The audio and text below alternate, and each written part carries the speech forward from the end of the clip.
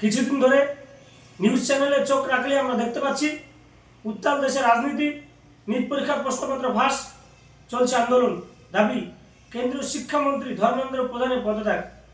কিন্তু প্রশ্ন একটাই, আদৌ কি ছাত্র আন্দোলন নাকি আন্দোলনের নামে মাথা চারা দিচ্ছে কোনো দেশবিরোধী শক্তি?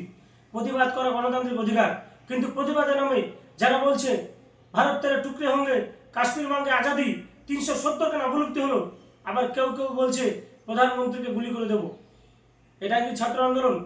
টুকরে টুকরে গ্যাং যারা আজাদের স্লোগান দেয় তারা কিসের ছাত্র? তাদের সাথে ছাত্র আন্দোলন সম্পর্ক কোথায়?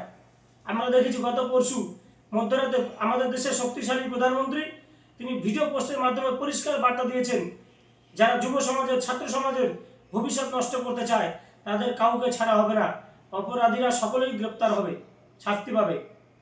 এবং আমরা কালকে দেখলাম কেন্দ্রীয় শিক্ষা সচিব বিনীত যোশী তাকে বহিষ্কার করা হলো। এই ঘটনা সম্পূর্ণরূপে প্রমাণ করে যে আমাদের দেশের প্রধানমন্ত্রী সবসময় সর্বদা ছাত্র সমাজের পাশে তিনি আছেন, যুব সমাজের পাশে তিনি আছেন। আজকে যে রাহুল গান্ধী এই সিজিপির আশঙ্কাগুলোকে উস্কে দিয়ে দেশকে ক্ষতি করার চেষ্টা করছে, এরা বরাবরই দেশের ক্ষতি চায়। এটা শাসনকালে আমরা দেখেছিলাম, এরা বরাবরই চেয়েছে দেশ ধ্বংস হোক।